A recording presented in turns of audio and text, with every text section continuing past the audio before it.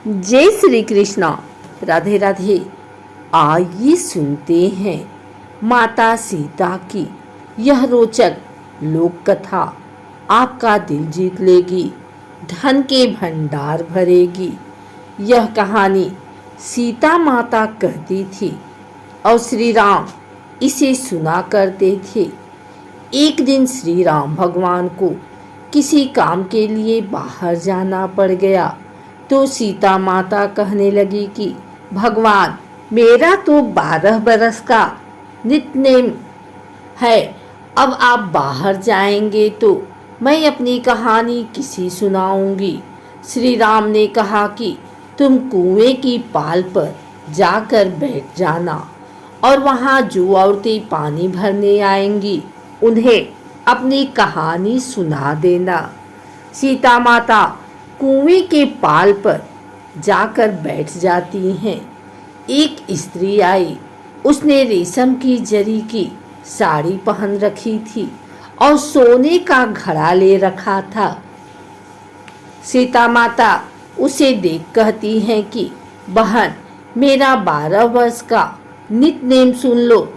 पर वह स्त्री बोली कि मैं तुम्हारा नित्यनेम सुनूंगी तो मुझे घर जाने में देर हो जाएगी और मेरी सास मुझसे लड़ेगी। उसने कहानी नहीं सुनी और चली गई। उसकी रेशम जरी की साड़ी फट गई, सोने का घड़ा मिट्टी के घड़े में बदल गया।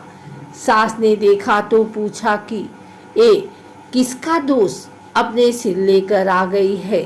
बहू ने कहा कि कुएं पर एक औरत बैठी थी, उसने कहानी सुनने के लिए कहा, लेकिन मैंने सुनी नहीं, जिसका यह फल मिला। बहू की बात सुनकर अगले दिन वही साड़ी और घड़ा लेकर सास कुएं की पाल पर गई। सास को वही माता सीता बैठी मिली तो माता सीता ने कहा कि बहन, मेरी कहानी सुन लीजिए। सास बोली कि एक बार छोड़, मैं तो 4 बार कहानी सुन लूंगी। राम आए, लक्ष्मण आए, देश के पुजारी आए, नित नेम का नेम लाए। आओ राम, बैठो राम, तपोर सुइया जियो राम, माखन मिश्री खाओ राम, दूध बतासा पियो राम, सुत के पल का मोठो राम, साल दुसाला पोठो राम, साल दुसाला ओढ़ो राम। जब बोलूं जब राम ही राम, राम सवारे सबके काम, खाली घर भंडार भरेंगे, सबका बेड़ा पार करेंगे। श्री राम जय जय राम। सास बोली कि बहन, कहानी तो बहुत अच्छी लगी। कहानी सुनकर सास घर चली गई और उसकी साड़ी फिर से रेशम जरी की बन गई। मिट्टी का घड़ा फिर सोने के घड़े में बदल गया। बहू कहने लगी, सासू माँ, आपने ये सब कैसे किया। सास ने कहा कि बहू, तू दोष लगा के आई थी और मैं अब दोष उतार कर आ रही हूँ। बहू ने फिर पूछा कि वह कुएं वाली स्त्री कौन है। सास बोली कि वे सीता माता थी। वे पुराने से नया कर देती हैं, खाली घर में भंडार भर देती हैं। वह लक्ष्मी जी का वास घर में कर देती हैं। आदमी की जो भी इच्छा हो उसे पूरा कर देती हैं। बहू बोली कि ऐसी कहानी मुझे भी सुना दो। सास बोली कि ठीक है, तुम भी सुनो। और सास ने कहानी शुरू की। राम आए, लक्ष्मण आए, देश के पुजारी आए, नित नेम का नेम लाए।